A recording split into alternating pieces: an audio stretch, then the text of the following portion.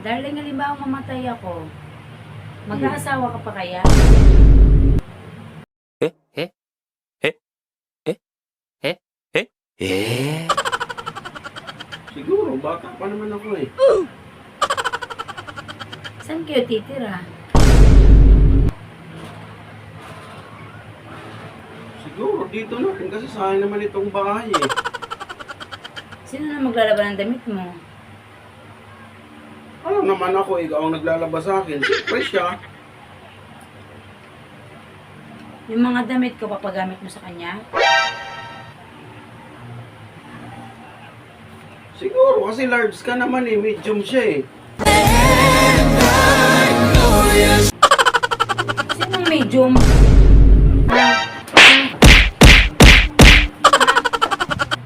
Ipa-medium-medium ka pang nalalaman? Example ko lang yon.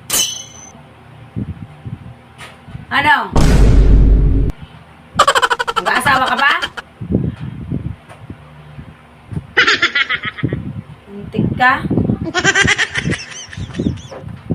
Isa pa.